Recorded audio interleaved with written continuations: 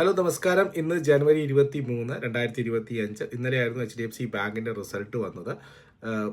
HDFC ബാങ്കിൻ്റെ result എന്ന് പറയുന്നത് ബാങ്ക് നിഫ്റ്റിയെ മൊത്തം ബാധിക്കുന്ന അല്ലെങ്കിൽ മൊത്തം ബാങ്കുകളുടെയും ഒരു ഡയറക്ഷനായിട്ടാണ് നമ്മൾ എപ്പോഴും എടുക്കാറുള്ളത്. സോ ഏതായാലും HDFC ബാങ്കിൻ്റെ റിസൾട്ട് വന്നപ്പോൾ ചെറിയ രീതിയിലൊക്കെ നെഗറ്റീവ് വന്നായിരുന്നു. കാരണം മറ്റൊന്നുമല്ല, ബാങ്കുകളുടെ റിസൾട്ട് നോക്കുന്ന സമയത്ത് നമ്മൾ രണ്ട് കാര്യങ്ങളാണ് പ്രധാനമായിട്ടും നോക്കുക. അതിലൊന്ന് അവരുടെ അസറ്റ് ക്വാളിറ്റിയാണ്, അതായത് കിട്ടാക്കടം കൂടുന്നുണ്ടോ അങ്ങനെയുള്ള കാര്യങ്ങളൊക്കെ. അതേസമയം രണ്ടാമത്തെ കാര്യം പ്രൊവിഷൻസ് ആണ്. അതായത് പ്രൊവിഷൻസ് കൂട്ടുന്നുണ്ടെങ്കിൽ സ്വാഭാവികമായിട്ടും അത് പ്രോഫിറ്റിൽ ഇടിവ് വരാൻ സാധ്യതയുണ്ട്. ഈ രണ്ട് കാര്യങ്ങളും ചെറിയ രീതിയിൽ അപ്സൈഡിലായിരുന്നു. അതുകൊണ്ടാണ് HDFC ബാങ്കിനെ സംബന്ധിച്ചിട്ട് ചെറിയൊരു നെഗറ്റീവായിട്ടൊക്കെ കണ്ടത്. പക്ഷേ അത്രമാത്രം കൺസേൺ ആയിട്ടുള്ള കാര്യങ്ങളൊന്നും ഇല്ല. HDFC ബാങ്ക് ഒരു ലീഡർ എന്ന നിലയിൽ നമുക്ക് നോക്കിക്കഴിഞ്ഞാൽ HDFC ബാങ്കിന് 25.6 ലക്ഷം കോടി രൂപയുടെ ഡെപ്പോസിറ്റ്സ് ആണുള്ളത്. അതേസമയം 25.2 ലക്ഷം രൂപയുടെ ലോണുകളും അവർ കൊടുത്തിട്ടുണ്ട്. ഡെപ്പോസിറ്റ്സിൽ 15.8% ഗ്രോത്ത് ബാങ്ക് കാണിച്ചിട്ടുണ്ട് കഴിഞ്ഞ വർഷത്തെ അപേക്ഷിച്ച് നോക്കുന്ന സമയത്ത്. ലോണിന് 3% ഗ്രോത്ത് മാത്രമാണ് ഉള്ളത്. അതുപോലെ തന്നെ നെറ്റ് ഇൻട്രസ്റ്റ് ഇൻകം, അതായത് മൊത്തം 30,690 കോടി രൂപയാണ് ഇൻട്രസ്റ്റ് ആയിട്ട് അവർ കളക്ട് ചെയ്തത്. അതേസമയം നെറ്റ് ഇൻട്രസ്റ്റ് മാർജിൻ എന്ന് പറഞ്ഞാൽ 3.4%.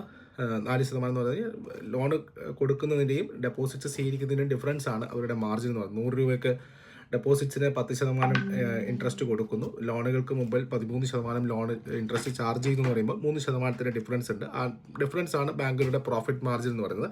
സോ 3.4% ഇത് ഫ്ലാറ്റാണ്, അധികം കൂടിയിട്ടില്ല കുറഞ്ഞിട്ടുമില്ല. ബാങ്കിനെ സംബന്ധിച്ചിട്ട് കിട്ടാക്കടം എന്ന് പറയുന്നത് ഗ്രോസ് NPA 1.26% 1.42% കൂടിയിട്ടുണ്ട്. അതാണ് ചെറിയൊരു ക്വാളിറ്റി.